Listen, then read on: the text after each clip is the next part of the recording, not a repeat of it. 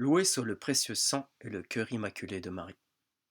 Dans la partie précédente, j'ai résumé la situation de l'Église actuelle qui se constate telle une éclipse, puisque, à la mort du dernier pape Pie XII, les prélats ont tous apostasié en obéissant aux hérésies de la secte moderniste et franc-maçonne. Cette situation n'engage pas l'Église dans une perte de foi, puisqu'elle ne peut pas perdre la foi, puisque c'est elle qui enseigne la foi. Mais ce sont les hommes qui la représentaient visiblement qui ont perdu la foi. La visibilité de l'Église doit durer jusqu'à la fin du monde. Alors donc, sans pape et sans sa hiérarchie ecclésiale visible, il ne reste que les fidèles laïcs qui professent correctement la foi catholique, qui témoignent de sa visibilité. Ceci posé, il est temps de démarrer les explications prophétiques qui se rapportent à notre situation présente. Je me base sur les commentaires eschatologiques des pères de l'Église, des interprètes modernes du XIXe siècle, qui sont recommandés pour le corps enseignant de l'Église. Mais avant de donner mes sources, je vous invite à considérer avec moi l'importance de notre époque. En effet, il n'est pas besoin de vous noyer, chers auditeurs, dans de nombreuses informations qui se trouvent dans les 5 premiers âges de l'Église, puisque cela appartient au passé. Ce qui nous intéresse, c'est de voir où nous nous trouvons et vers quoi nous allons.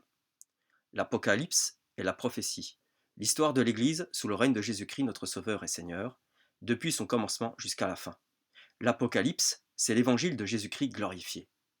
Dans cette histoire, je vais redire ici les événements qui touchent à la foi, au spirituel, et quelques faits qui se relatent du temporel. Dès les premiers siècles de la chrétienté, les persécutions sous les empereurs Néron, Dioclétien, Trajan, etc., l'Église montre un visage du crucifié, tandis que les persécuteurs romains, celui du démon. Par ailleurs, les hérésies se multiplient, soit en plus de ces persécutions, soit aussitôt une fois le calme revenu.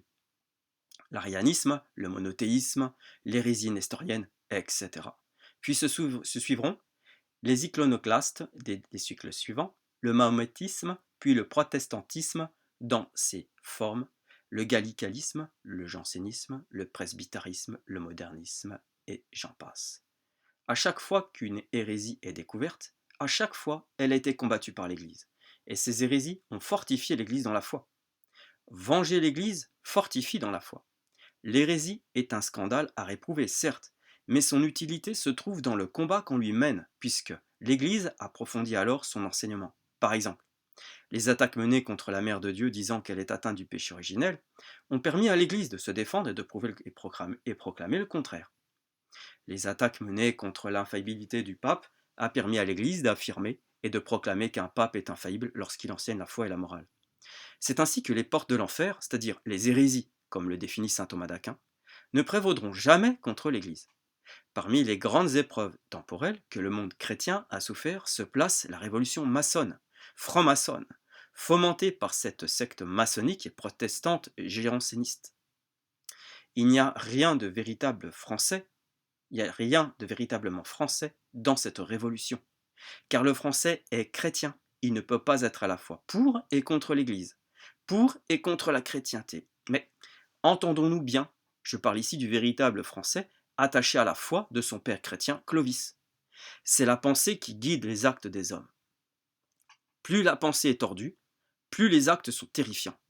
Vous pouvez constater l'évolution de l'horreur des hérésies, je veux dire, non pas forcément dans ce qu'elles ont semé comme massacre, mais je veux dire la combinaison entre complexité et la quantité du contenu mensonger de leur erreur. Nous finissons à notre époque dans l'histoire des hérésies par l'hérésie la plus complexe, tordue, diabolique, menteuse, subtile qui soit et cachée sous une figure à l'apparence catholique, j'ai nommé le modernisme. C'est pour reprendre l'expression de saint Pie X, l'égout collecteur de toutes les hérésies. Toutes, c'est dire. Et cette hérésie, qui a envahi l'enceinte du Vatican, a débouté l'Église de sa place, mais gardant toute sa hiérarchie visible sur place en la corrompant. Alors que cette hérésie avait été prévenue et déclarée hérétique et sévèrement condamnée par saint Pie X, tous les prélats y ont plongé graduellement. Le chrétien étant un soldat du Christ, puisqu'au baptême, il reçoit non seulement des grâces de pénitence, mais aussi celles du martyre, doit avoir un esprit de soldat. Quand un ennemi prend l'uniforme de général de la patrie adverse, qu'il s'insère dans cette patrie et qu'il commande, le soldat qui donne sa vie doit s'apercevoir qu'il ne la donne pas pour rien. Il est alors en permanence une sentinelle. Au début de cette intrusion, par ce pseudo-général, eh bien, ce pseudo-général prend des allures patriotiques. Mais puisqu'il ne l'est pas dans ses intentions ni dans son cœur, le soldat constate la trahison fomentée qui se relève peu à peu, qui se révèle peu à peu, et alors il réagit. Ceci pour décrire en 2 mots le devoir de chaque chrétien aujourd'hui. Cette escalade de faits qui s'accentue encore dans la dépravation du domaine de l'hérésie de nos jours montre à quel point notre époque est singulière par rapport aux brefs historiques que je viens d'énumérer. Représentez-vous bien en constatant que la prédication de l'Évangile à travers le monde a été effectuée, je dis bien la prédication, qu'ensuite les nations ont toutes rejeté la vraie catholicité, la vraie chrétienté. Toutes les horreurs, c'est-à-dire le travail du dimanche, l'union sexuelle contre nature, les avortements, les incestes, les divorces, l'euthanasie, etc., sont passées comme loi adoptée dans quasi tous les pays. Si ce ne sont pas des horreurs, ce sont des hérésies qui tuent l'âme. Le protestantisme sous forme de renouveau charismatique, le mahométisme, l'hindouisme, le tibétisme, etc., etc. Dieu n'est pas aimé dans les nations, il est rejeté. C'est l'apostasie des nations. Il y a aussi l'apostasie de la classe hiérarchique en faveur de l'hérésie moderniste.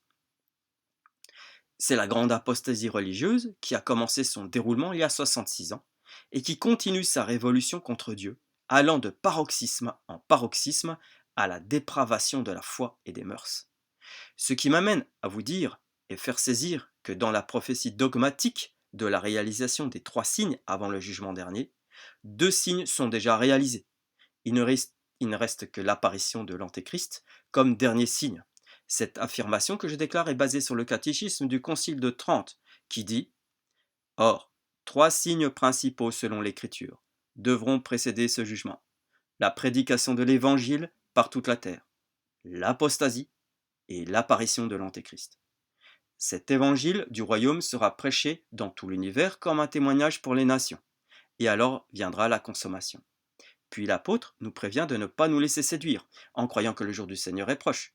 Car tant que l'apostasie ne sera point arrivée, et que l'homme de péché ne se fera point connaître, le jugement n'aura pas lieu. Alinéa 9 du 7e article du symbole, chapitre 7e.